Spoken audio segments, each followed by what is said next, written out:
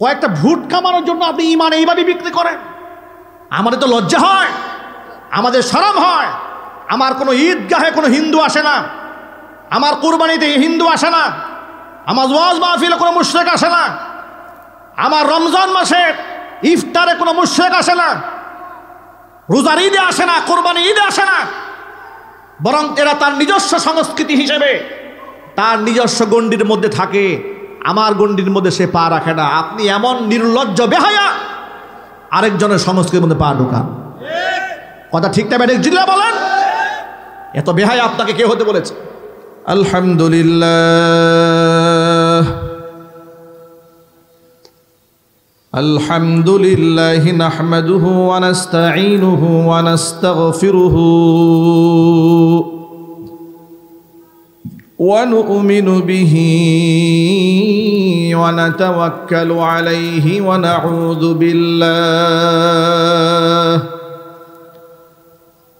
নাউযু বিল্লাহি মিন শুরুরি আনফুসিনা ওয়া মিন সাইয়্যাতি আ'মালিনা। من يهده الله فلا مضل له ومن يضلله فلا هادي له ونشهد أن لا إله إلا الله وحده لا شريك له ونشهد أن سيدنا ونبينا وحبيبنا وشفيعنا ومولانا محمدا عبده ورسوله الذي أرسله بالحق بشيرا ونذيرا وداعيا إلى الله بإذنه وسراجا منيرا. أما بعد فأعوذ بالله من الشيطان الرجيم. بسم الله الرحمن الرحيم. من عمل صالحا من ذكر أو أنثى وهو مؤمن فلنحيينه حياة طيبة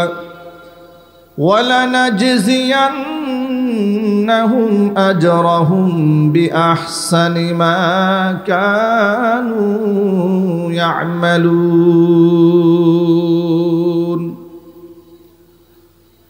وقال النبي صلى الله عليه وسلم: بني الإسلام على خمس: شهادة أن لا إله إلا الله وأن محمدا رسول الله وإقام الصلاة وإيتاء الزكاة وحج البيت وصوم رمضان أو كما قال عليه الصلاة والسلام.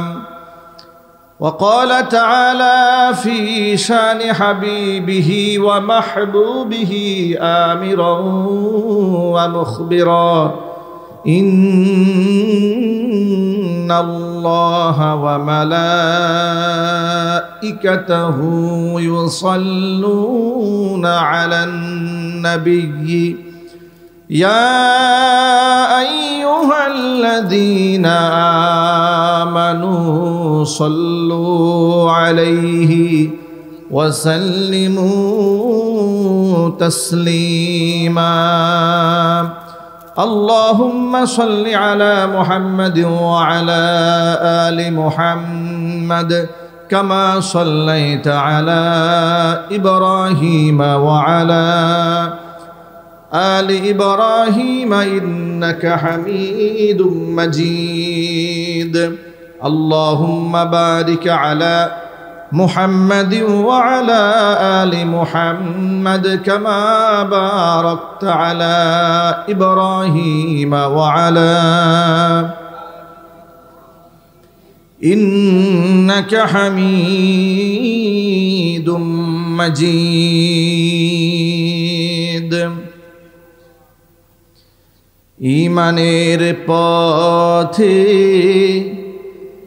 অবিচল থেকে আমার মরণ যেন হয় ঈমানের পথে অবিচল থেকে আমার মরণ যেন হয় তোমারই কাছে মিনতি আমার তোমারই কাছে মিনতি আমার মহামহিম দয়াময়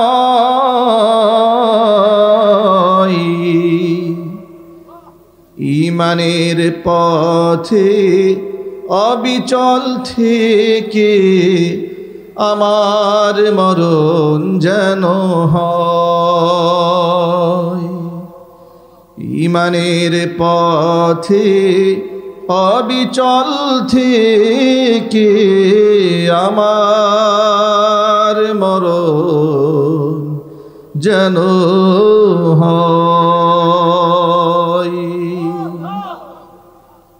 ঐতিহ্যবাহী কুমিল্লা জেলার অন্তর্গত বরুড়া উপজেলার নরেন্দ্রপুর স্কুল মাঠে নরেন্দ্রপুর ইসলামী সমাজ কল্যাণ পরিষদের উদ্যোগে আয়োজিত নবম বার্ষিকী তাফসীরুল কোরআন মাহফিলের শেষ অধিবেশনের সম্মানিত সভাপতি জনাব মোহাম্মদ মোজাম্মেল হক ভুইয়া, ব্যবস্থাপনা পরিচালক মাইশা গ্রুপ ঢাকা।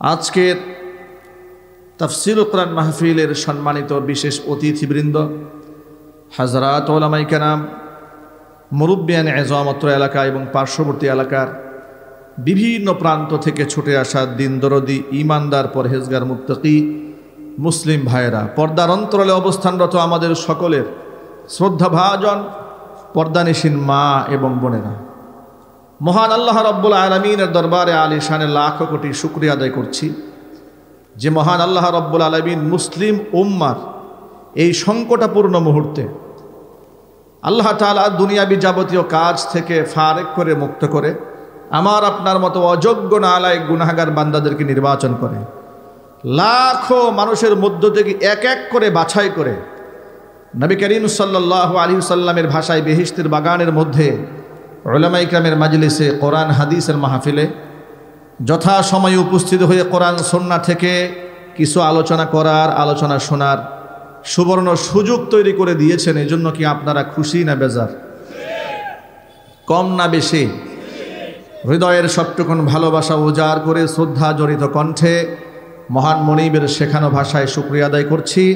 জবান ছেড়ে দিয়ে সকলে একযোগে বলছি আলহামদুলিল্লাহ।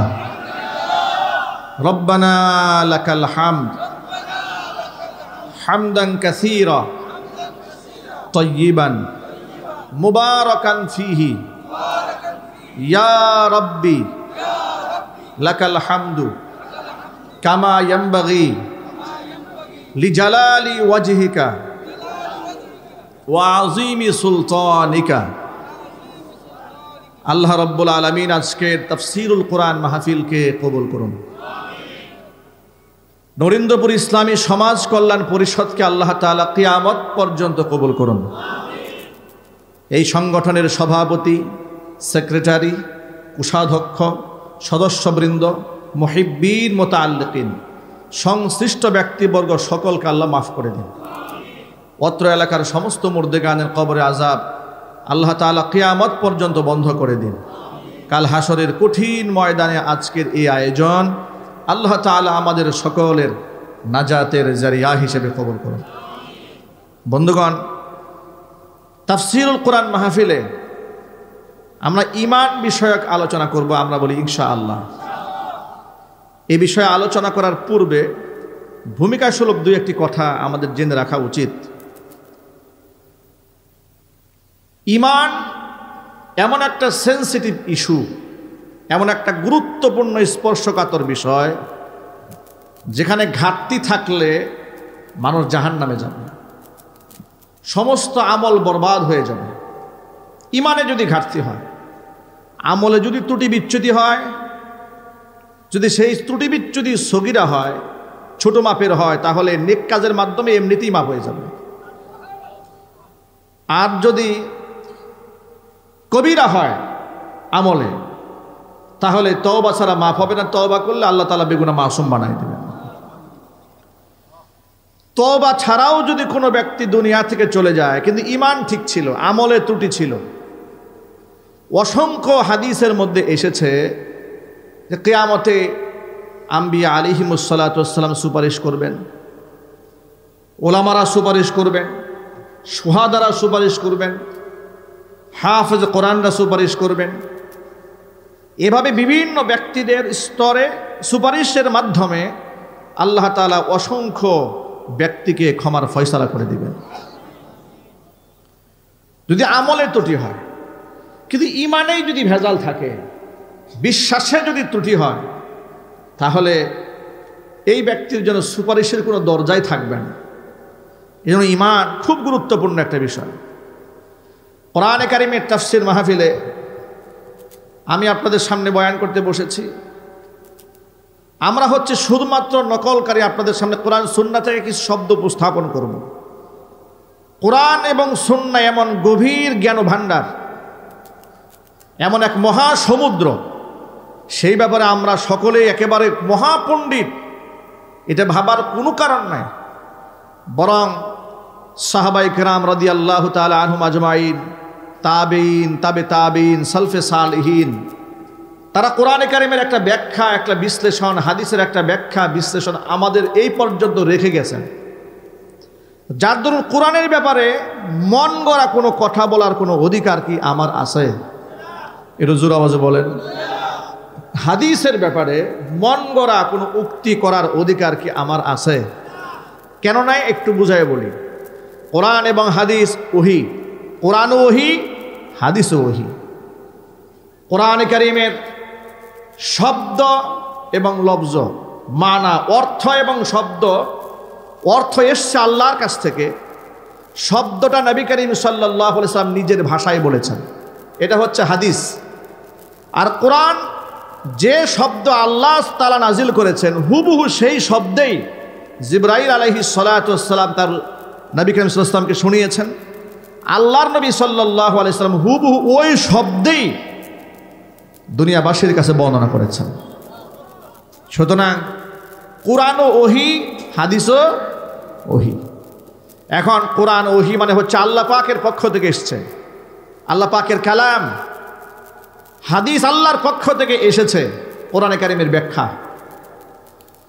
এখন প্রশ্ন হলো, যদি কোরআনে এমন কোনো কথা আমি আমার পক্ষ থেকে বলি যেটা মন গড়া, কোরআন সুন্নাহ সাপোর্ট করে না, বিষয়টা এই দাঁড়ালো যে যেটা ওহী ছিল আমি আমার পক্ষ থেকে কিছু কথা সংযোজন করে ওহীর নামে চালিয়ে দিয়েছি। রেজাল্ট তো এটাই দাঁড়ায়। যেমন কথায় কথা কিছু লোকেরা হাদিসে না থাকা সত্ত্বেও মন গড়া কথাকে বলে এটা হাদিসে আছে। এটা প্রবণতা বাংলাদেশে আছে। বিশেষ করে দেখবেন যারা বাউল শিল্পী, আপনার জারি গান টান গায়, পালা গান গায়, মন গড়া এমন উদ্ভট কথাবার্তা বলে, মানে যে কথার কোনো ভিত্তি নাই, কিন্তু ওই কথাগুলোকে তারা বলে যেগুলো সব কোরআন হাদিস দ্বারা বর্ণিত। অথচ কোরআনের ব্যাপারে এবং হাদিসের ব্যাপারে কত সব কঠিন শব্দ এসছে হাদিসে। একটা হাদিস শোনায় আপনাদেরকে। নবী করিম সাল্লাল্লাহু আলাইহি ওয়াসাল্লাম বলেছেন, মান কাযাবা আলাইয়া মুতাআম্মিদান ফালইয়াতাবাওয়া মাকআদাহু মিনান নার আও কামা ক্বালা আলাইহিস সালাতু ওয়াস সালাম। হুজুর বলেন, আমার নামে কেউ যদি কোনো মিথ্যা কথা চালিয়ে দেয়, যেটা আমি বলিনি, করিনি, সমর্থন দেইনি, মানে আমার থেকে প্রমাণিত নয়, কিন্তু আমার নামে কেউ চালিয়ে দিয়ে বলেছে এটা মুহাম্মদ সাল্লাল্লাহু আলাইহি ওয়াসাল্লাম বলেছেন, এটা হাদিসে আসছে, এমন কথা, মিথ্যা কথা যদি আমার নামে কেউ চালায় দেয়, নবীজি বলেছেন ফালিয়াতাবাওয়া মাকআদাহু মিনান নার, সে যেন জাহান্নামে তার ঠিকানা বানিয়ে নেয়। নাউজুবিল্লাহ পড়েন। অন্য একটা বর্ণনার মধ্যে এসেছে মান ক্বালা ফিল কুরআনি বিরাইহি, কোরআনে কারীমের তাফসীর যদি কেউ মন গড়া করে, ফালিয়াতাবাওয়া মাকআদাহু মিনান নার, তাহলে সেও যেন জাহান্নামে তার ঠিকানা বানিয়ে নেয়। জোরে জোরে বলেন নাউজুবিল্লাহ। সুতরাং কোরআন কারীমের কোনো আয়াতের ব্যাখ্যা নিজের মতো করার কোনো সুযোগ আছে? আচ্ছা একটু বুঝাইয়া বলি, কোরআন এই কিতাবটি যদি নিজেরা পড়ে নিজেরাই ব্যাখ্যা করা যেত, নবী করিম সাল্লাল্লাহু আলাইহি সাল্লামকে পাঠাবার তো কোনো প্রয়োজন ছিল না, ঠিক কিনা বলেন? আল্লাহ পাক তার রাসূলকে বলছেন এটা আপনার উপর নাজিল করেছি লিতুবাইয়িনা লিন-নাস, যাতে করে আপনি কোরআন মানুষের কাছে স্পষ্ট বর্ণনা করে দিতে পারেন। আপনি হচ্ছেন কোরআনের বর্ণনাকারী। একটু জোরে বলতে হবে আল্লাহু আকবার। কোরআন মাজিদের মধ্যে আল্লাহ তাআলা যে সমস্ত বিধিবিধান আহকামাত দিয়েছেন, যে বিষয়গুলো বলেছেন, কোরআন তাফসিরে 1 নাম্বার মূলনীত হচ্ছে তাফসিরুল কোরআন বিল কোরআন। এক আয়াত আরেক আয়াতের তাফসির করে, এক আয়াত আরেক আয়াতের সারমর্ম বুঝিয়ে দেয়, এটা একটা ব্যাখ্যা। আয়াত দিয়ে আয়াতের সারমর্ম বোঝা যাচ্ছে না, এবার বুঝতে হবে হাদিস দিয়ে নবী করিম সাল্লাল্লাহু আলাইহি ওয়াসাল্লাম এই আয়াতের কি ব্যাখ্যা করেছেন। হাদিস থেকে স্পষ্ট বর্ণনা পাওয়া যায়নি, সাহাবায়ে কেরাম কি মর্ম উদ্ঘাটন করেছেন এখান থেকে। আল্লাহু আকবার বলেন। এরপরে সাহাবায়ে কেরাম পরে তাবিন, তাবে তাবিন, তারা কোরআনে কারীমের এই আয়াতের কি মর্ম উপলব্ধি করতে পেরেছেন, হাদিসের কোন অর্থ এই শব্দ থেকে সাহাবায়ে কেরাম নিয়েছেন, তাবিরা নিয়েছেন। পূর্ববর্তী উলামায়ে মুতাকাদ্দিমিন যারা, পূর্ববর্তী উলামায়ে কেরাম মুফাসসির, যেমন ইমাম কুরতুবী রাহিমাহুল্লাহ তাফসিরে কি বলেছেন, ইমাম তাবারি রাহমাতুল্লাহি আলাইহি এই তাফসিরে কি বলেছেন, এগুলা তাফসির কিতাব থেকে দেখে নিতে হবে। একটা আয়াত পেলাম আর মন গড়া নিজের মতো করে সেট করে নিলাম, এর কি কোনো সুযোগ আছে ভাই? সাহাবায়ে কেরাম একটা হাদিস বলতে গিয়ে কত ভয় পেতেন, অথচ আমাদের সমাজে অবস্থা এমন দাঁড়িয়েছে, 2 কলম ভালো করে লেখাপড়া করে নাই, সুর একটু ভালো, কথা একটু ভালো বলতে পারে, সেও হয়ে গেছে আন্তর্জাতিক ক্ষতি সম্পন্ন মুফাসসির কোরআন। ঠিক না ব্যাটিক জুড়ে বলেন? বিশাল সমস্যা লাগিয়ে দিয়েছে। এটা কিয়ামতের আলামত। কিয়ামতের আলামত সম্পর্কে আল্লাহর হাবিব সাল্লাল্লাহু আলাইহি সাল্লাম বলেছেন ইন্নাল্লাহা লা ইয়ানতাজিউল ইলমা ইনতিজাআন ইয়ানতাজিউহু মিনান নাস।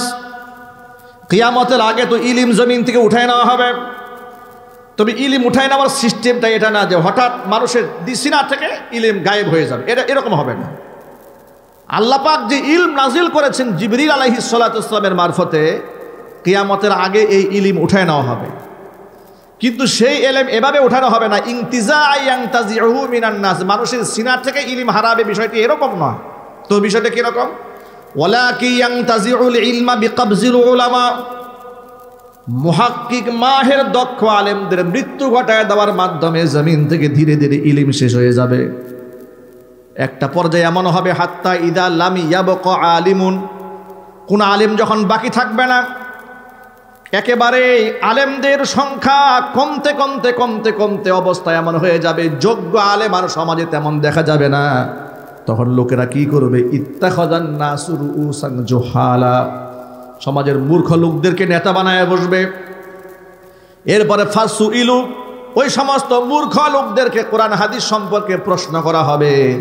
ফাআফতাও, নিজেদের ওয়েট গ্রেভিটি অবস্থান ঠিক রাখার জন্য জেনে না জেনে ফতোয়া দিয়ে বসবে। ফাদল্লু আদল্লু, নিজেরাও তো গুমরা হয়ে যাবে, জাতিরেও গুমরা বানায়া ছাড়বে। এগুলো কিয়ামতের আলামত। লেখাপড়া ছাড়াই কোরআন সম্পর্কে সিদ্ধান্ত দিয়ে দিবে। কসম আল্লাহর, হাদিসের ব্যাপারে আমার সিদ্ধান্ত দেওয়ার কোনো ক্ষমতা নাই, কোরআনের ব্যাপারে সিদ্ধান্ত দেওয়ার কোনো ক্ষমতা নাই।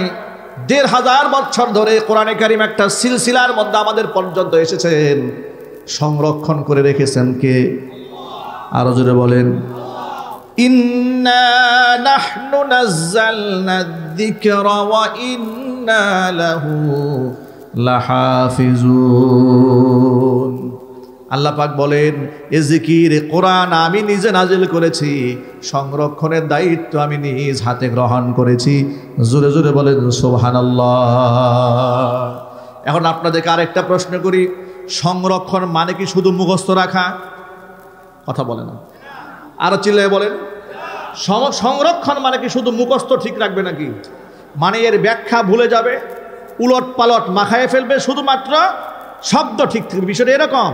আল্লাহর কসম, কিয়ামত পর্যন্ত কোরআনের শব্দ অর্থ হুবহু আল্লাহ পাক সংরক্ষণ করবেন। সমাজের মধ্যে কেউ যদি বিভ্রান্তি তৈরি করে, তার সলিউশন, তার সমাধান কি হবে, এটাও হাদিসের মধ্যে ১৫০০ বছর আগে ঘোষণা হয়ে গেছে। নবী করিম সাল্লাল্লাহু আলাইহি সাল্লাম বলেছেন, শুনুন, এই সমাজে অসংখ্য মিথ্যাবাদীদের জন্মগ্রহণ হবে, পৃথিবীতে আসবে, হাদিসের ভুল ব্যাখ্যা করবে, আল্লাহর আয়াতের ভুল ব্যাখ্যা করবে, মানুষের মধ্যে বিভ্রান্তি ছড়ায় দেবে, নিজের মতবাদ মতাদর্শ কায়েম করার জন্য অপব্যাখ্যা মানুষের সামনে চাপাই দেবে, কিন্তু তারা স্থির থাকতে পারবে না। বরং এই কোরআনে কারীম এবং সুন্নাহর ইলমের ধারক এবং বাহক হুজুর পাক সাল্লাল্লাহু আলাইহি ওয়াসাল্লাম ভবিষ্যৎবাণী করে গিয়েছেন, ইয়াহমিলু হাদাল ইলমা মিন কুল্লি খালাফিন উদুলু ইয়ানফুনা আনহু তাহরিফাল গালিন ওয়া ইনতিহালাল মুবতিলিন ওয়া তা'ওয়িলাল জাহিলিন আও কামা ক্বালা আলাইহিস সালাতু ওয়াস সালাম। আল্লাহর নবী ভবিষ্যৎবাণী করেছেন, ইয়াহমিলু হাদাল ইলমা, এই ইলমের ধারক এবং বাহক হবে, মিন কুল্লি খালাফিন উদুলু, প্রত্যেক প্রজন্মের ভিতরে, প্রত্যেক যুগে যুগে একদল ইনসাফগার আলেম কোরআন সুন্নাহর সঠিক ব্যাখ্যা দেওয়ার জন্য আল্লাহ তাআলা প্রস্তুত করে রাখবেন। তাদের দায়িত্ব কি হবে? ইয়ানফুনা আনহু তাহরিফাল গালিন, যদি কোরআন সুন্নাহর ব্যাপারে কেউ সীমা লঙ্ঘন করে, ওই সীমা লঙ্ঘন থেকে কোরআন সুন্নাহর জ্ঞানকে তারা রক্ষা করবে। জোরে জোরে বলেন সুবহানাল্লাহ। ওয়া ইনতিহালাল মুবতিলিন, মিথ্যাবাদীরা যদি কোরআন সুন্নাহর জ্ঞানের মধ্যে কিছু সংযোজন করে, সেটা যারা প্রকৃত আলেম সেখান থেকেও রক্ষা করবে। ওয়া তা'ওয়িলাল জাহিলিন, মূর্খরা যদি কোরআন সুন্নাহর ভুল ব্যাখ্যা করে, সঠিক ব্যাখ্যা তুলে দেওয়ার জন্য তারা দায়িত্ব গ্রহণ করবে। জোরে বলতে হবে সুবহানাল্লাহ। ভাইরা আমার, একটা বিষয় আপনাদেরকে সতর্ক করি, এই সমাজের মধ্যে অসংখ্য শিরক এবং বেদাতের ডিলার আছে। মুসলমানের ঘরে জন্মগ্রহণ করেও মানুষদেরকে শিরকের দিকে ডাকে, বেদাতের দিকে ডাকে, কুফুরির দিকে ডাকে, আছে না নাই? আরো জোরে বলেন। তখন আমভাবে আমরা কিছু কুফর শিরকের কথা বলি, যেমন কবর পূজা, মাজার পূজা, পীর পূজা, খাট পূজা, গাছ পূজা। সতর্ক করে দিই, এত কিছু করার পরেও সমাজের মধ্যে কিছু পীর আছে, এমন গাঞ্জা করে এই পীরগুলা, যেগুলোর নাম ধরে মানুষকে না বললে মানুষ ওখান থেকে সরতে চায় না। ওই পীরের মুরিদরা চায়ের স্টলে বসে বসে বলে, হুজুরকে দাওয়াত দিছি ওয়াজ করার জন্য, হুজুর ওয়াজ বাদ দিয়ে গীবত শুরু করছে। কি আছে না নাই? আর চিল্লায় বলেন আছে না নাই? আচ্ছা, আপনাদেরকে আরেকটা এক্সাম্পল দিয়ে বলি। আপনি এক ব্যক্তি সম্পর্কে জানেন যে ওর আমানতদারিতা ঠিক নাই, খাসলত ঠিক নাই। এখন আপনি ওই ব্যক্তি আপনার কোনো প্রিয় ভাজন, আস্থাভাজনের সাথে ব্যবসা বাণিজ্য লেনদেন চুক্তি করতে যাচ্ছে, এটা আপনি জানতে পারলেন। জানতে পেরে তাকে একান্তে ডেকে এনে ওর খাসিলত সম্পর্কে বললেন যে ভাই ব্যবসা বাণিজ্য করবো, বলে হ্যাঁ, পুঁজি কত? 10 লাখ টাকা। হয় আম তো যাবে, সাথে সালাটাও যাবে। হয় কেন? ওর আমানতদারিতার ব্যাপারে আমার জানা আছে, কারণ তার আরো অনেক অনেক এক্সপিরিয়েন্স আছে, যে বহুত মানুষের টাকা মেরে দিয়েছে। এরকম ধান্দাবাজ ব্যবসায়ী সমাজে নাই, একটু যদি বলতে হবে। এরকম প্রতারক চক্র সমাজে আছে না নাই? এখন আপনি তাকে বাঁচাবার জন্য, তার মালি নোকসান থেকে তাকে রক্ষা করার জন্য তাকে যদি ওই ব্যক্তির অপকর্ম তুলে ধরে বলেন এদিকে যাবেন না, এর এই হিস্ট্রি আছে, এটাকে আপনি বলবেন যে ভাই আপনি কোনো মানুষের কাজ করলেন, পেছনে গীবত করলে এটা কি গীবত? বরং এটা দায়িত্ব। এটা কি? এখন আপনাকে বলি, দুনিয়াবি সাধারণ মালের চাইতে 10-20 লক্ষ টাকা মালের চাইতে ইমানের দাম কম। আরো জোরে বলতে হবে। এখন আমি যদি জানি এই লোকের হাতে ইমান নিরাপদ নয়, আমল নিরাপদ নয়, তার ব্যাপারে যদি আমি আপনাকে সতর্ক করি, আপনি বলবেন হুজুর গীবত করেন। আমি তো জাহান্নামের পথ থেকে বাঁচাবার জন্য আপনাকে পথ দেখিয়েছি। কথা বলতে হবে, ঠিক নেবে ঠিক?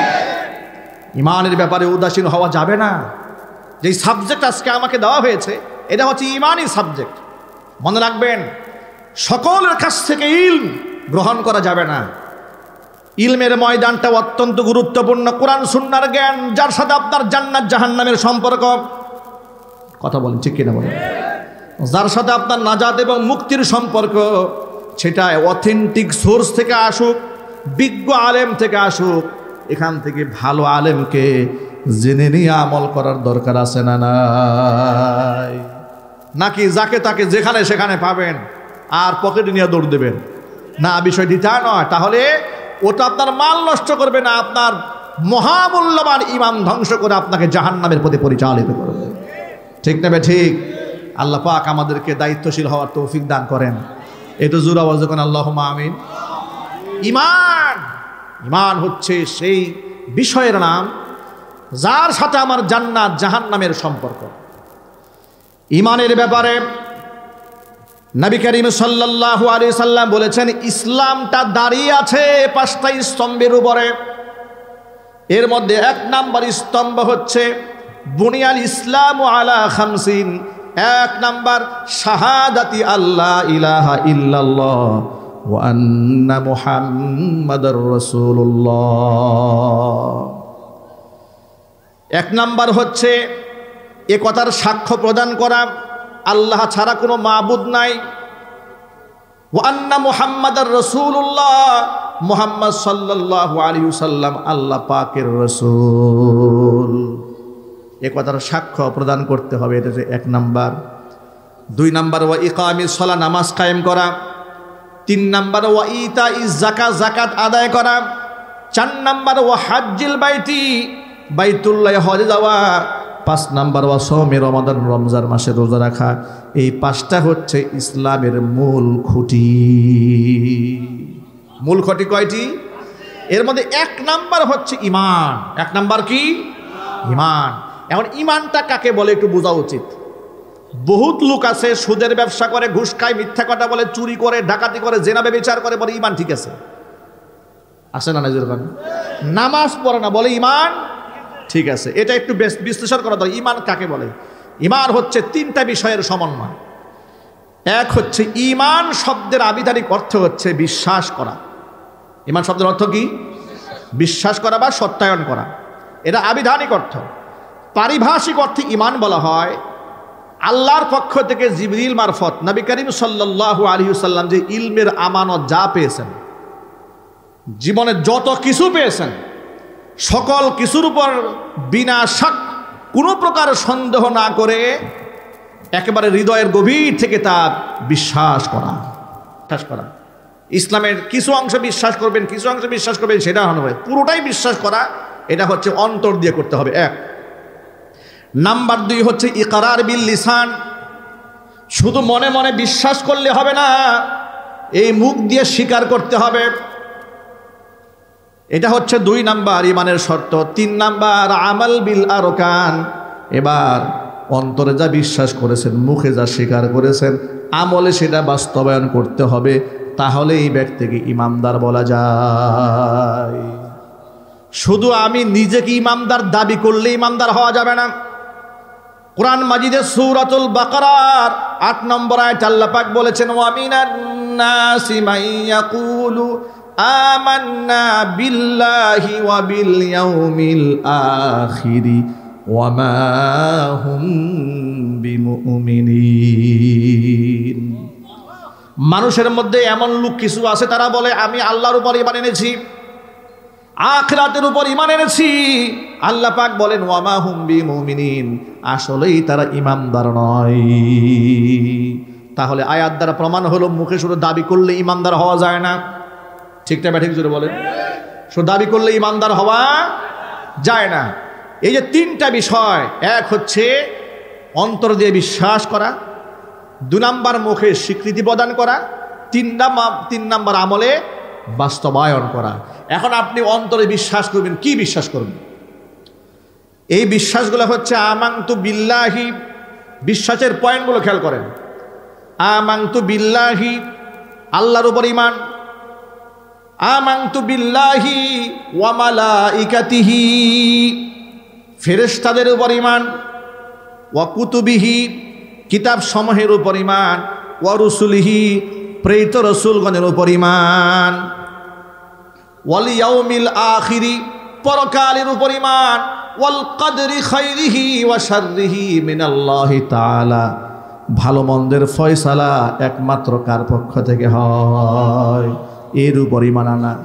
সর্বশেষ ওয়াল বা'সি বাদাল মাউত, মৃত্যুর পরে আবার যে পুনরুত্থান হবে সেই ব্যাপারে ঈমান আনা। এগুলো হচ্ছে ঈমানের অধ্যায়।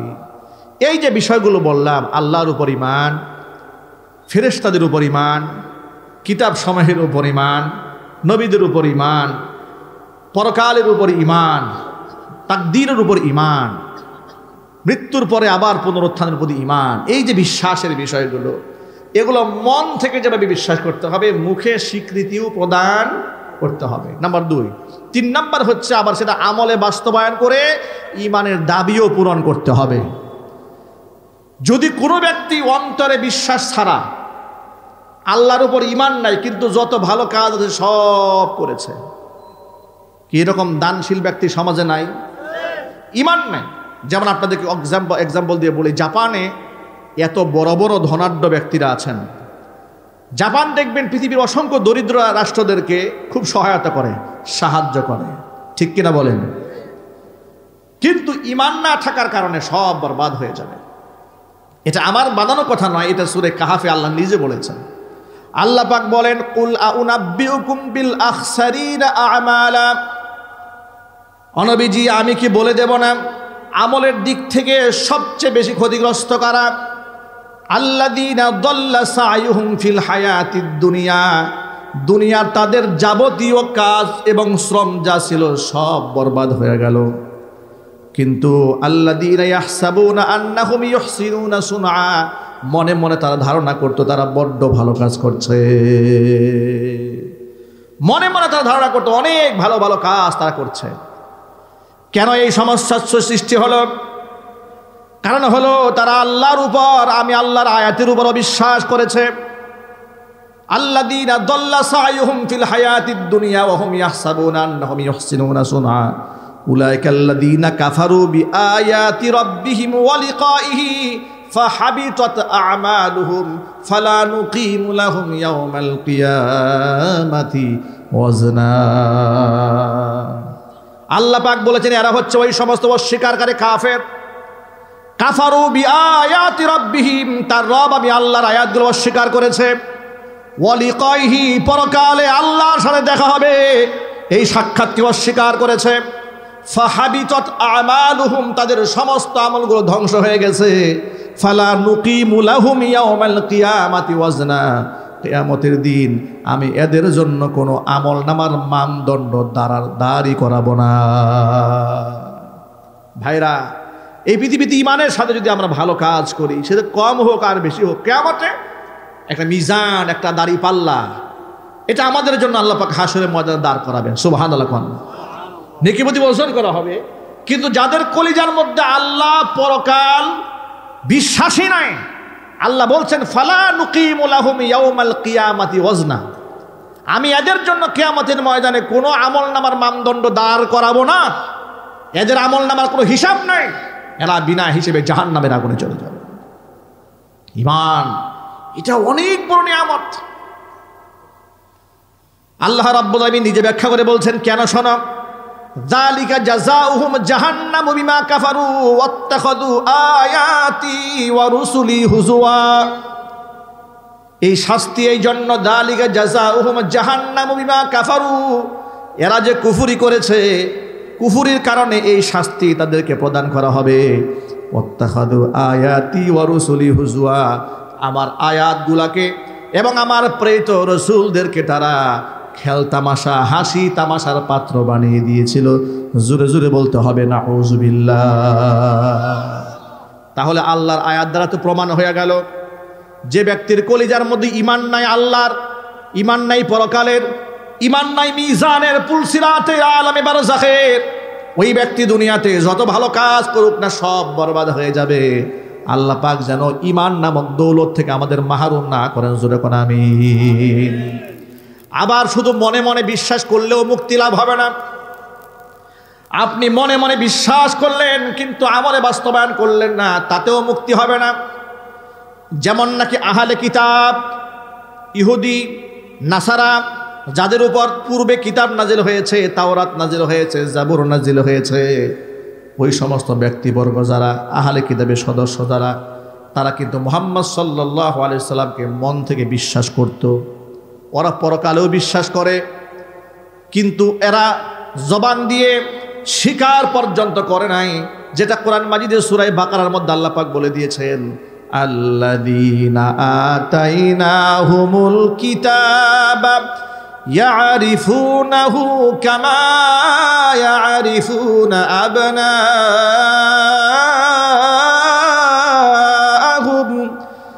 ওয়া ইন্না ফারীকাম মিনহুম লা ইয়াকতুমুনাল হাক্কা ওয়া হুম ইয়ালামুন।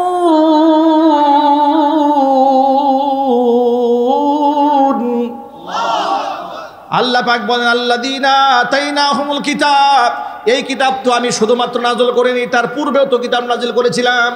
তাওরাত, জাবুর, ইনজিল, এই সমস্ত কিতাব যাদের উপর নাযিল করেছি, ওই কিতাবগুলোর মধ্যে আমি আমার শেষ নবীর ব্যাপারে এত সুস্পষ্ট বর্ণনা দান করেছি, ওই কিতাবের পাঠক যারা ছিলেন তাদের কাছে শেষ নবীর চেহারা, তার চরিত্র, তার আখলাক, তার বংশমর্যাদা এমনভাবে আমি তুলে ধরেছিলাম, আহলে কিতাবের যে কোনো সদস্য আমার নবীকে ঠিক সেইভাবে চিনতে পারবে যেভাবে তারা নিজেদের সন্তানদেরকে চিনতে পারে। আল্লাহু আকবার বলে। আচ্ছা প্রিয় ভাইরা, আমরা আমাদের সন্তানদের চিনতে কি আমাদের ভুল হয়? আরো জোরে বলেন। তাহলে আল্লাহ পাকের এক্সাম্পলটা দেখেছেন, আল্লাহর বর্ণনা ঢংটা কত সুন্দর। ইয়ারিফুনাহু কামা ইয়ারিফুনা আবনাহুম, এটা অন্ধ তার সন্তান চিনতে কষ্ট হয় না। কথা ঠিক না ঠিক? আর বাবা অন্ধ তো দূরে, একটা পাগল, পাগলেও সন্তান চেনে, ঠিক না ভাই? কয়েকদিন আগে পত্রিকাতে দেখেছি ঢাকা শহরে কোন পাগলের গর্ভে বাচ্চা হয়েছে। পাগল বাচ্চা ছাড়া না, সুবহানাল্লাহ। পাগল গায়ে জামা কাপড় আছে না নাই খোঁজখবর থাকে না, খেয়েছে না না খেয়েছে খোঁজখবর নাই, চেহারা কি অবস্থায় আছে না আছে কোনো খোঁজখবর নাই।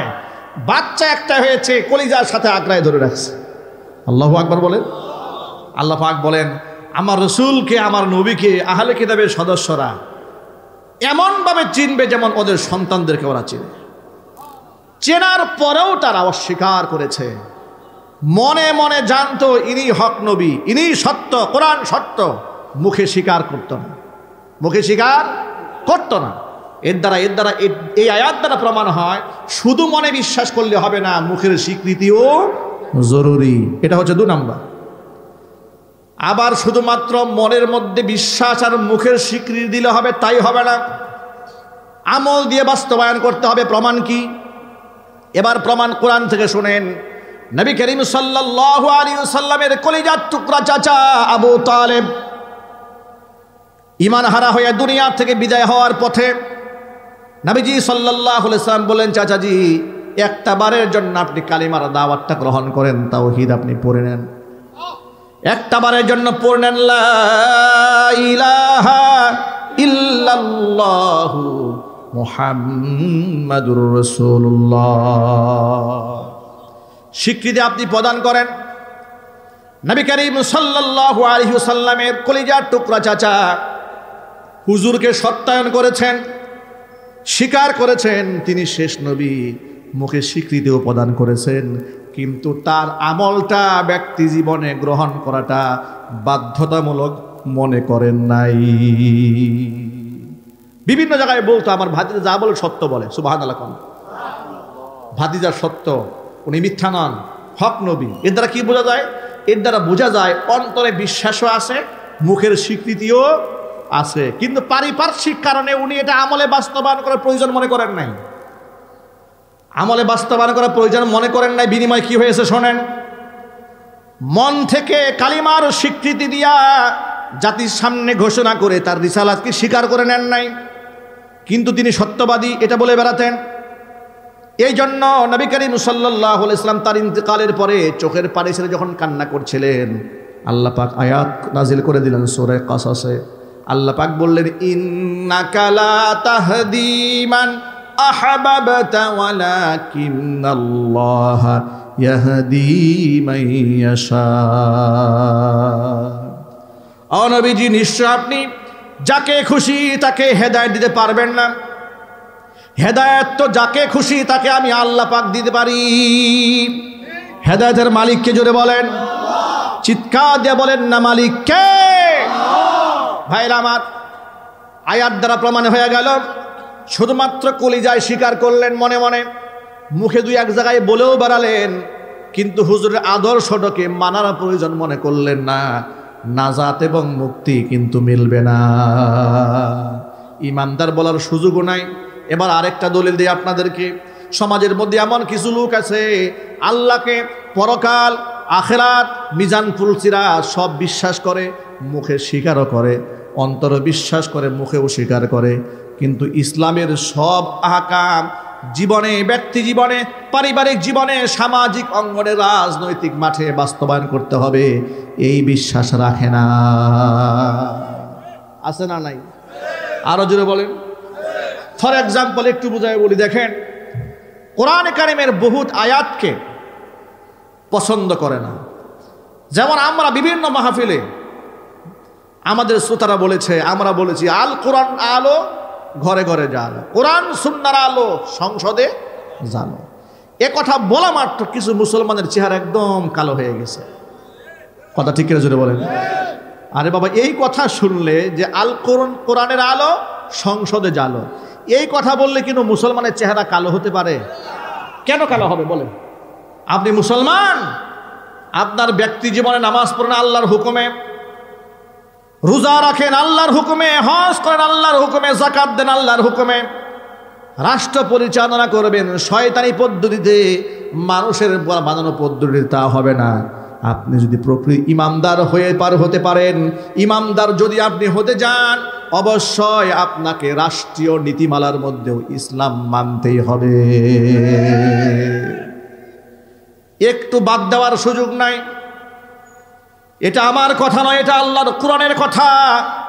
আল্লাহ বলেছেন, আফাতুমিনুনা বিবাদিল কিতাবি ওয়া তাকফুরুনা বিবাদ ফামা জাযাউ মান ইয়াফআলু যালিকা মিনকুম ইল্লা খিজিয়ুন ফিল হায়াতিদ দুনিয়া ويوم القيامة يردون إلى أشد العذاب وما الله بغافل عما تعملون أفتؤمنون ببعض الكتاب وتكفرون ببعض। কিতাবের কিছু অংশের উপর ঈমান আনবে, কিছু অংশ করবে অস্বীকার।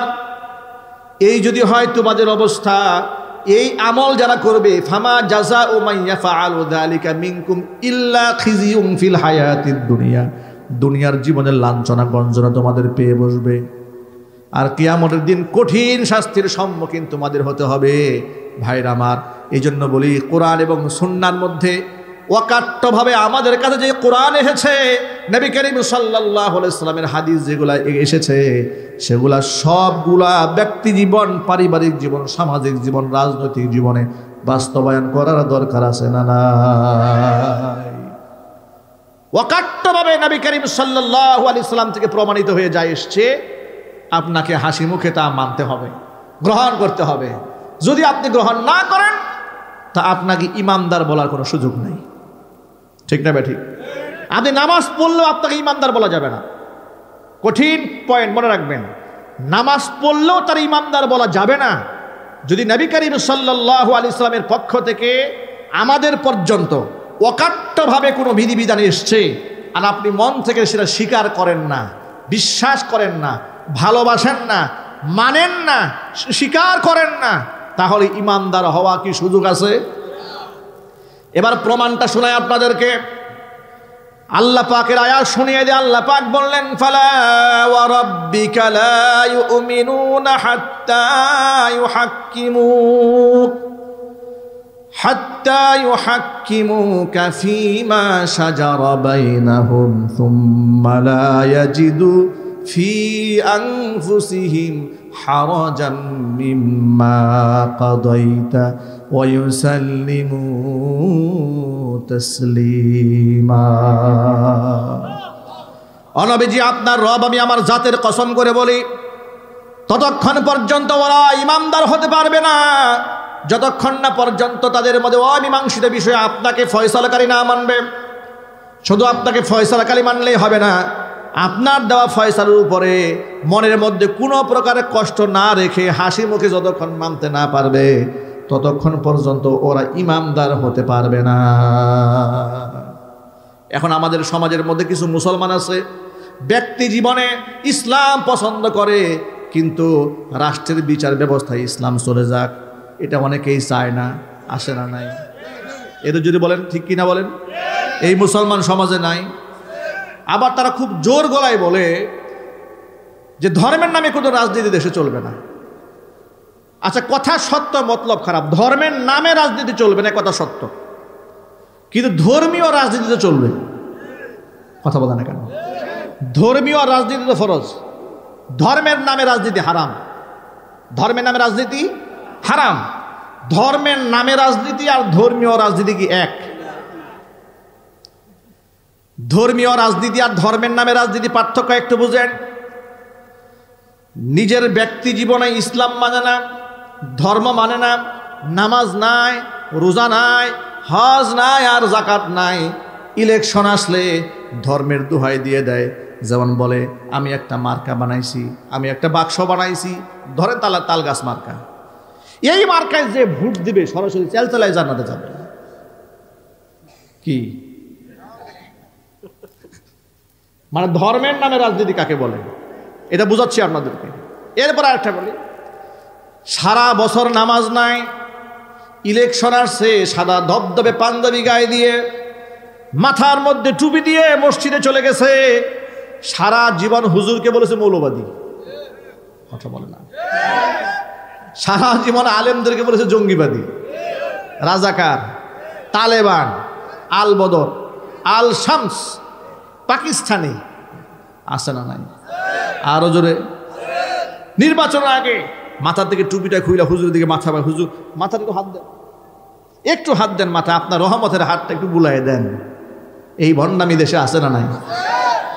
সিনেমার নায়করা দেখেছেন গত স্বৈরাচারের আমলে আল্লাহ কুরআন মানবেন দুনিয়া করে সারা জীবন জিনা ব্যভিচারে ডুবে থাকে। এরপরে ঢাকা ধানমন্ডিতে ইলেকশন করবে, মাথার মধ্যে টুপি দিয়ে একেবারে সাদা জামা টামা পইরা পীরে কামেল বাইতুল মুকাররমের খতিব। এই ভণ্ডগুলা দেশে আছে না নাই? এগুলা হচ্ছে ধর্মের নামে রাজনীতি। কথা ঠিক না বেঠিক? আবার উদাহরণ দেই, সারা বছরে এক ওয়াক্ত নামাজ নাই, নির্বাচন আসছে, গাড়ি বহন নিয়ে চলে গেছে শাহজালাল ইয়ামানি রহমাতুল্লাহি আলাইহির মাজারে, গিয়া বলে আমরা সুন্নি, সুতরাং আমাদেরকে সুন্নিরা ভোট দেন। ধান্দাবাজি। এগুলো সব হচ্ছে ধর্মের নামে ব্যবসা। কথা বলেন ঠিক কিনা জোরে বলেন? এগুলো হচ্ছে ধর্মের নামে রাজনীতি। আর যারা ব্যক্তি জীবনে কোরআন মানে, ইসলাম মানে, নিজের ঘরে ইসলাম আছে, ঘরের বউর পর্দা আছে, নিজের নামাজ কাজা নাই, তার ব্যবসা প্রতিষ্ঠানে ইসলাম আছে, চাকরিতে ইসলাম আছে, জাতীয় নির্বাচনে নিজের একটা ইসলামিক দল আছে যারা শরীয়তের বিরুদ্ধে কাজ করে না, প্রয়োজনে ফাঁসির মঞ্চে উঠবে, কিন্তু আল্লাহর কোরআন সুন্নাহর অবমাননা সহ্য করবে না।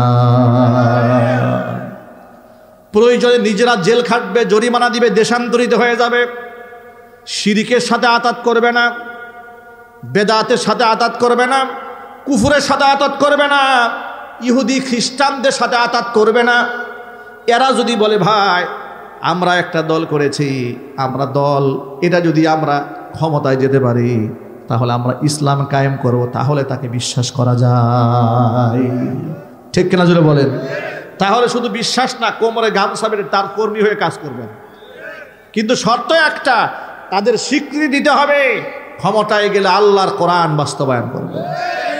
কথা ঠিক নেবে, ঠিক জোরে বলেন। ক্ষমতায় গেলে খেলাফত প্রতিষ্ঠা করবে, এটা পরিষ্কার করতে হবে। কনসেপ্ট ক্লিয়ার করতে হবে। ধর্মীয় রাজনীতি করবেন কিন্তু কনসেপ্ট ক্লিয়ার না।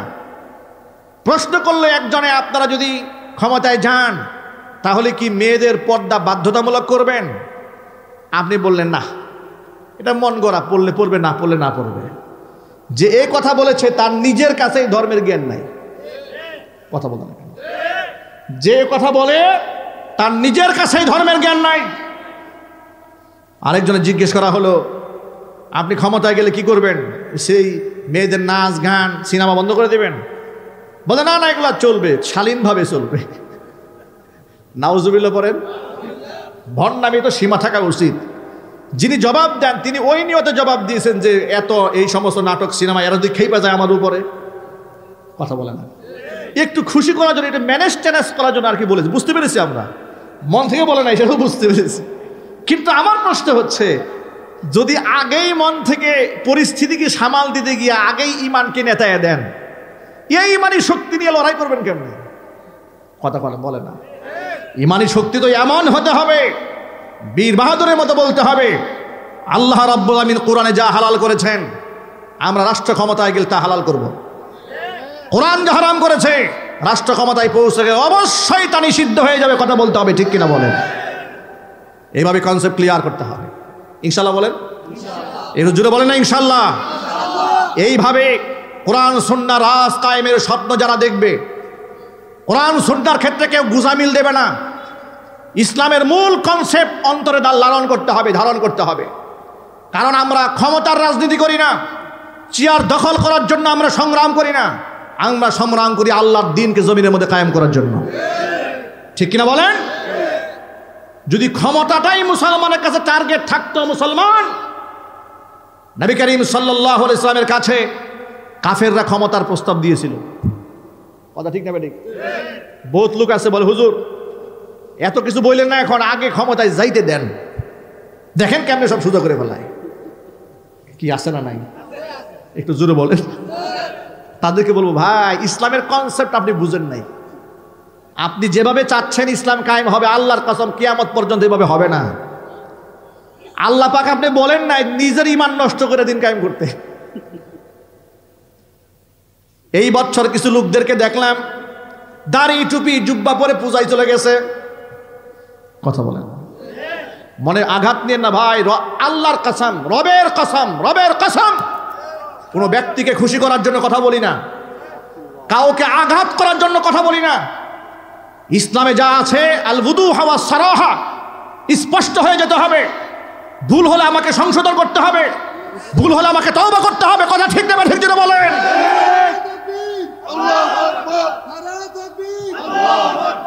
আপনারা এক বাক্যে বলেন মুসলমানদের জন্য পূজায় যাওয়া হালাল। এত আসতে বলেন কেন? চিল্লায় বলেন।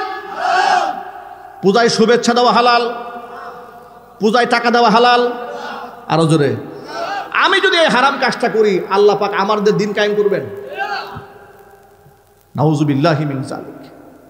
মনে রাখবেন, এই চেয়ারের প্রস্তাব নবী করিম সাল্লাল্লাহু আলাইহি ওয়াসাল্লামকে দেওয়া হয়েছিল। ইতিহাসটা আপনারা জানেন, পুরানো ওয়াজ আবার একটু স্মরণ করাই দিই।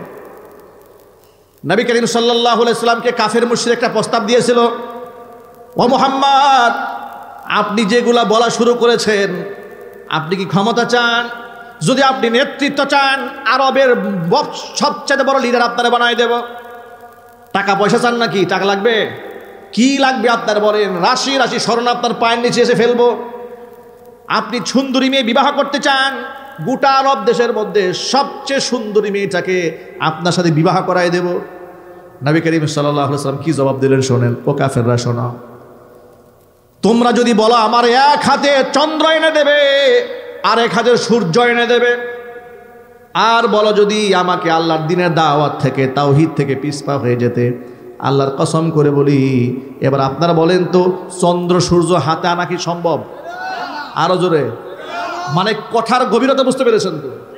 তোমরা যা বললা এটা তোমরা পারবে। আমাকে তোমরা বাদশাহ বানাতে পারবে, টাকাও দিতে পারবে, সুন্দরী মেয়েকে আবার স্ত্রীও বানিয়ে দিতে পারবে। কিন্তু তোমরা যেটা পারবে না, এমন অসাধ্যও যদি সাধন করো, আমার এক হাতে চন্দ্র আর এক হাতে সূর্য যদি এনে দাও, এরপরে আমি আমার মিশন থেকে পিছপা হব না। একটু আল্লাহু আকবার বলতে হবে। এটা হচ্ছে ইমানের কনসেপ্ট, এটাই হচ্ছে শরীয়তের কনসেপ্ট, যে আপনি তাওহীদের ব্যাপারে আপনি এক চুল কাউকে ছাড় দিতে পারবেন। আজকে বা আমাদের বড় লজ্জা হয়, বিভিন্ন মাহফিলে গেলে লোকেরা প্রশ্ন করে, হুজুর এত শিরিক বেদাতের ওয়াজ করেন, আপনারা এদিকে আপনার পূজায় গিয়ে গীতা পাঠ করা শুরু করেন। কথা বলেন ঠিক কিনা বলেন? এটা আমরা বড় আঘাতপ্রাপ্ত হই। যে ভাইরা করেছেন, আল্লাহ পাক যেন ওই ভাইদেরকে বুঝার তৌফিক দান করেন এবং এখান থেকে তওবা করার তৌফিক দান করেন। আরেকটা বিষয় ক্লিয়ার করে বলে দিই আপনাদেরকে, আপনি মুশরিকদের সাথে রাজনীতি করতে গিয়া এদের সাথে আপনি যত ভাও দিয়েই চলেন না কেন, সংখ্যা গরু সংখ্যা লঘু যারা আছে বাংলাদেশে, ধরেন এখানে হিন্দু আছে, বৌদ্ধ আছে, খ্রিস্টান আছে, এরপরে পাহাড়ি আছে, গারো আছে, সাঁওতাল আছে, চাকমা আছে, উপজাতি আছে না ভাই? আপনাদেরকে একটা মূলনীতি বলে দিই, এটা আমার মূলনীতি, এটা কোরআনের মূলনীতি, কিন্তু আপনারা ভুলে গেছেন, স্মরণ করিয়ে দিই। আপনি যদি আপনার পিঠের চামড়া দিয়ে মুশরিককে জুতা বানাইয়া দেন, আমি আবার বলি, আপনি যদি আপনার পিঠের চামড়া দিয়া কোনো মুশরিককে জুতা বানাইয়া দেন, এরপরে মুশরিক আপনার আপন হবে না। আপনি মনে করছেন পূজায় 10,000 টাকা দিয়েছে আর বুট সব দিবে আপনারে। আহারে, ওই যে আন্দালিব রহমান পার্থ ইসলামিক রাজনীতি করে না, কিন্তু একটা কথা খুব মজা লাগছে আমার, বলে আল্লাহকে নারাজ করে যারা হিন্দুর কয়েকটা বুট চাইতে গেছেন, লাস্টে বুটও পাবেন না, আল্লাহরও পাইতেন না। এই কথাটা আমার কাছে খুব ভালো লাগছে ভাই, কারণ বিশ্বাস করেন আমরা আল্লাহর দ্বীন এই সমাজে কায়েম করতে চাই, কিন্তু কোনো শিরকের সাথে আমরা আতাত করব না। কথা বলতে হবে ঠিক কিনা বলেন? যদি আল্লাহর কোরআনের জন্য জেল খাটতে হয়, জরিমানা দিতে হয়, ফাঁসির মঞ্চে উঠতে হয়, এরপরেও শিরকের সাথে আমাদের কোনো আতাত হবে না। রাজি আছেন কারা কারা? দুহাত দেখতে চাচ্ছে।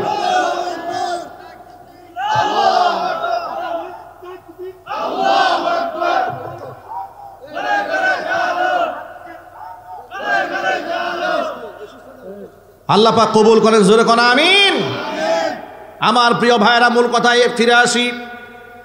আমরা যা করি, যা বলি, আল্লাহর জন্য বলি, আল্লাহর জন্যই করি। কথা ঠিক না ঠিক? জোরে বলেন। আমার নামাজ কার জন্য? রোজা কার জন্য? হজ কার জন্য? যাকাত কার জন্য? তাহাজ্জুদ কার জন্য? রাজনীতি কার জন্য? হ্যাঁ, রাজনীতি আল্লাহর জন্য।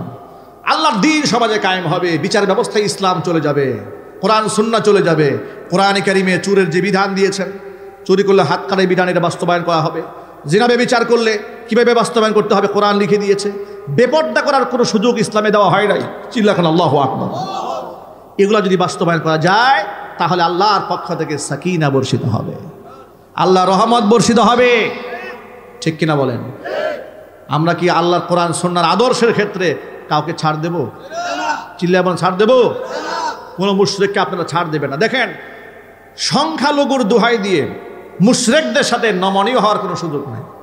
তবে একটা কথা এটাও বলে দিই, যে সমস্ত মুশরিকরা সাধারণ মুশরিক, মানে নিরীহ হিন্দু, নিরীহ বৌদ্ধ, নিরীহ খ্রিস্টান, যারা আমাদের সাথে ধর্মীয় শত্রুতা করে না, যারা আমার মা বোনদের ইজ্জত নিয়ে সিনিমিনি খেলে না, যারা আমার আদর্শ নিয়ে চক্রান্ত করে না, এরকম নিরীহ হিন্দু আছে না ভাই? নিরীহ বৌদ্ধ আছে না? নিরীহ খ্রিস্টান আছে না? তাদের সাথে ভালো আচরণ করতে আমাদের কোনো নিষেধ আছে? তাদের সুখে দুঃখে তাদের পাশে থাকতে কোনো আপত্তি আছে? আপত্তি থাকবে দূরের কথা, সূরা মুমতাহিনার মধ্যে তো আল্লাহ কনসেপ্ট ক্লিয়ার করে দিয়েছেন। আল্লাহর আয়াত থেকে শোনেন, আল্লাহ পাক বলেন, লা ইয়ানহাকুমুল্লাহু আনিল্লাযীনা লাম ইউকাতিলুকুম ফিদ-দীন ওয়া লাম ইখরিজুকুম মিন দিয়ারিকুম আন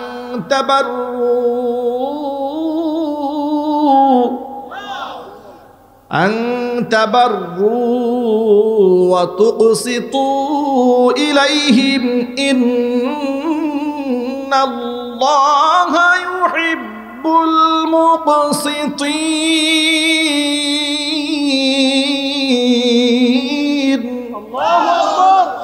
আল্লাহ পাক বলেন, যেই সমস্ত নিরীহ অমুসলিম যারা তোমাদেরকে তোমাদের এলাকার থেকে বের করে দেয়নি, তোমাদের সাথে ধর্মীয় যুদ্ধেও লিপ্ত নয়, ওই সমস্ত অমুসলিমদের সাথে আংতাবারুহুম ভালো আচরণ করতে আমি আল্লাহ নিষেধ করি না। ওয়াতুকসিতু ইলাইহিম এদের সাথে ইনসাফ করতে আমি আল্লাহ বারণ করি না, বরং ইন্নাল্লাহা ইউহিব্বুল মুকসিতিন আমি আল্লাহ তাআলা ইনসাফকারীদেরকে বড্ড ভালোবাসি।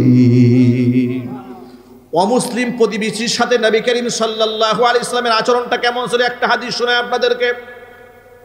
হুজুর সাল্লাল্লাহু আলাইহি ওয়াসাল্লাম শুনতে পেলেন তার ঘরে একজন ইহুদি বালক যাতায়াত করত। সে মৃত্যু শয্যায় শায়িত, অসুস্থ। কথা শোনা মাত্র নবীজি সাল্লাল্লাহু আলাইহি ওয়াসাল্লাম ইহুদির ঘরে চলে গেলেন। অসুস্থ বালককে দেখার জন্য তার শিয়রে গিয়ে বসলেন। দরদি আত্মা হুজুরের দরদি মনের মধ্যে জাগ্রত হয়ে গেল, ঈমান হারা হইয়া যদি দুনিয়া থেকে চলে যায় বালকটা জাহান্নামী হয়ে যাবে। এই জন্য হুজুর দরদি মন নিয়া তার হেদায়েতের দাওয়াত দিলেন। ছেলেটিকে বললেন, ও আল্লাহর বান্দা, তুমি কালিমা পড়ো, কালিমায়ে তাওহীদ গ্রহণ করো, এরপরে তুমি দুনিয়া থেকে বিদায় হও, প্রস্তুতি গ্রহণ করো পরকালের জন্য। নবী করিম সাল্লাল্লাহু আলাইহি ওয়াসাল্লামের এই দাওয়াত গ্রহণ করবেন কিনা তিনি ইশারায় তার পিতার কাছে জিজ্ঞেস করলেন।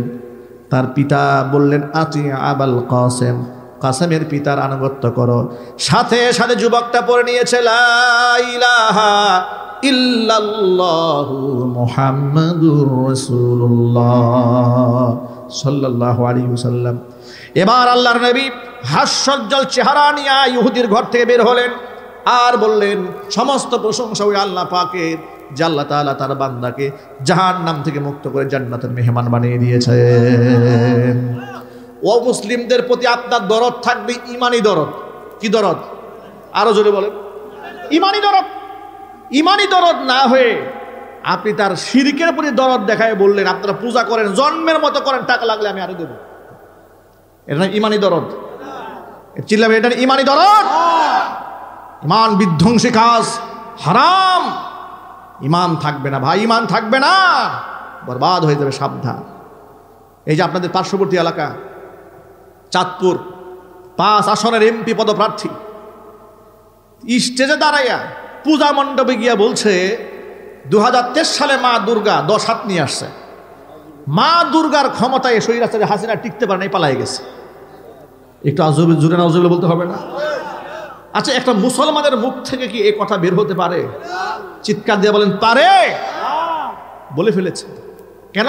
কয়েকটা ভোট ভিক্ষা চাওয়ার জন্য, কয়েকটা ভোট কামানোর জন্য আপনি ঈমান এইভাবে বিক্রি করেন। আমাদের তো লজ্জা হয়, আমাদের শরম হয়। আমার কোনো ঈদগাহে কোনো হিন্দু আসে না, আমার কুরবানিতে হিন্দু আসে না, আমার ওয়াজ মাহফিলে কোনো মুশরিক আসে না, আমার রমজান মাসে ইফতারে কোনো মুশরিক আসে না, রোজার ঈদে আসে না, কোরবানি ঈদে আসে না। বরং এরা তার নিজস্ব সংস্কৃতি হিসেবে তার নিজস্ব গণ্ডির মধ্যে থাকে, আমার গণ্ডির মধ্যে সে পা রাখে না। আপনি এমন নির্লজ্জ বেহায়া আরেকজনের সংস্কৃতির মধ্যে পা ঢোকান।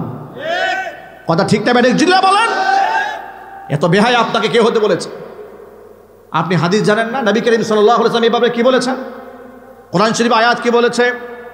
কোরআন আয়াত কি বলে শোনেন। আল্লাহ পাক বলেন, ওয়া তাআওয়ানু আলাল বিররি ওয়াত তাকওয়া ওয়া লা তাআওয়ানু আলাল ইসমি ওয়াল উদওয়ানি ওয়াত্তাকুল্লাহ ইন্নাল্লাহা শাদীদুল ইকাব।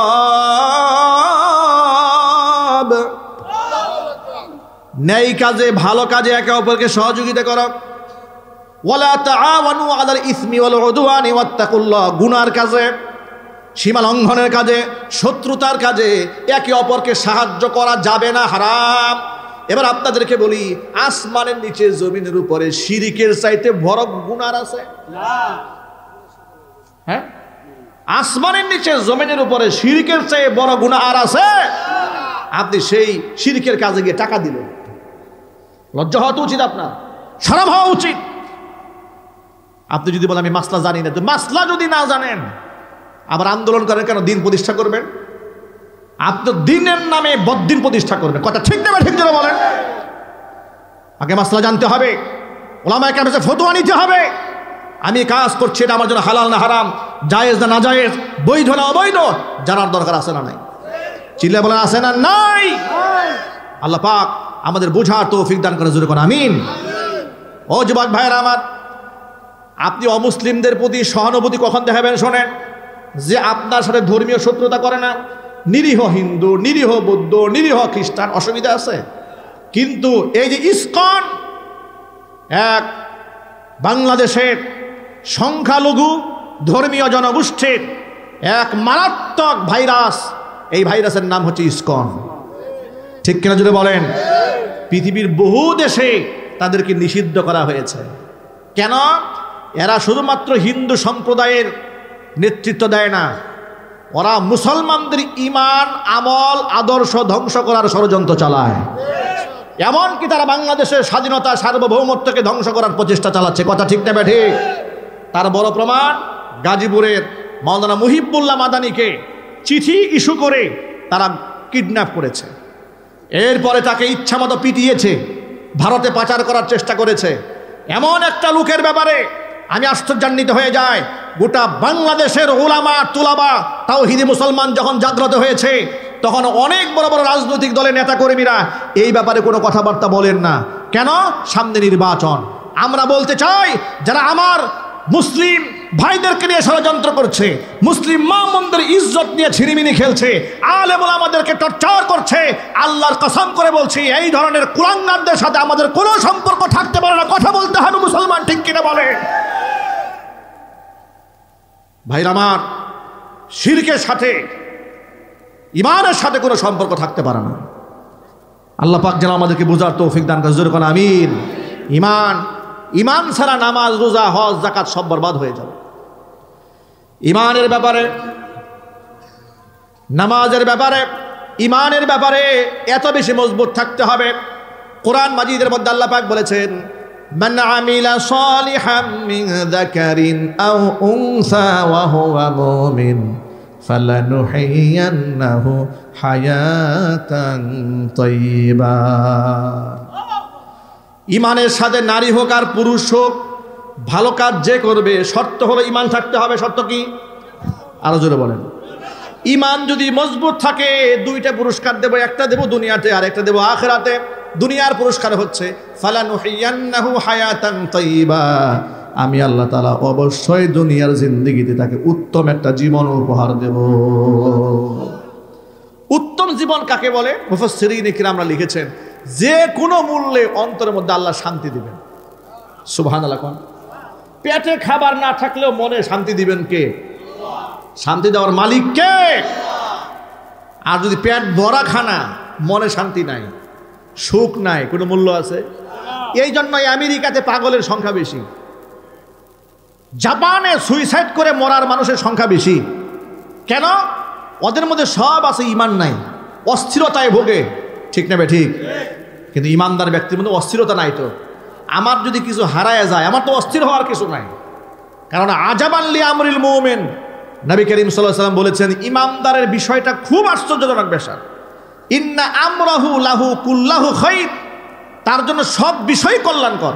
সুবহানাল্লাহ। কোন ইন আসাবাতহু দাররাউ সাবারা ফাকানা খাইরাল লাহু ওয়া ইন আসাবাতহু সাররাউ শাকারা ফাকানা খাইরাল লাহু। জীবনে যদি বিপদ আসে, ধৈর্য ধরে, এটা তার জন্য কল্যাণ হয়। আর যদি কল্যাণকর কিছু হয়ে যায়, তাহলে ব্যক্তি শুকরিয়া আদায় করে, এটাও তার জন্য কল্যাণ হয়ে যায়। ঈমানদার সুখে থাকলেও আলহামদুলিল্লাহ, দুঃখে থাকলেও আলহামদুলিল্লাহ। কারণ এই জীবন তো জীবন নয়, মহা একটা জীবন সামনে আছে, সেটা হলো পরকালের জীবন। ওই জীবন সুখকর করার জন্য আমরা ঈমান এনেছি। আল্লাহ পাক যেন আমাদের সকলের ঈমানকে কবুল করেন। ঈমান ছাড়া কি নামাজের মূল্য আছে? রোজা, হজ, যাকাত, দান, সদকা, তাহাজ্জুদ সব বরবাদ। ঈমানে ভেজাল ঢুকানো যাবে না। আল্লাহ পাক যেন বুঝার তৌফিক দান করেন। এখন ধরেন আমরা বিগত জীবনে কিছু ভুল করে ফেলেছি, হুজুর জেনে কিংবা না জেনে ভুল কিছু হয়ে গেছে, এখন আমাদের করণীয় কি? করণীয় বলে দিচ্ছি। ইল্লা মান তাবা ওয়া আমানা ওয়া আমিলা আমালান সালিহা فأولئك يبدل الله سيئاتهم حسنات وكان الله غفورا رحيما ইল্লা মান তাবা, তবে যে ব্যক্তি তওবা করে ফেললো, ও আমানা, ঈমানকে নবায়ন করলো, আবার সে ঈমান আনলো, ঈমান আনার পরে ও আমিলা আমালান সলিহা, আবার সে ভালো কাজ করলো, তাহলে ওই যে ঈমান আনার পূর্বে, তওবার পূর্বে যে ব্যক্তি খারাপ কাজগুলো করেছিল, ফাউলাইকা ইউবাদদিলুল্লাহু সাইয়্যাতিহিম হাসানাত, তার সমস্ত খারাপ কাজগুলোকে আমি ভালো আমল দিয়ে বদলাই দেব। ওয়া কানাল্লাহু গফুরুর রহিমা, আল্লাহ পাক ক্ষমাশীল, অতীব দয়ালু। সুতরাং আমরা আজকে আলোচনা থেকে ঈমান সম্পর্কে জানতে পেরেছি, ঈমানের অনুষঙ্গগুলো জানতে পেরেছি, এগুলাকে আমরা রক্ষা করে চলবো। আল্লাহ পাক যেন কবুল করেন, জোরে কোন আমিন।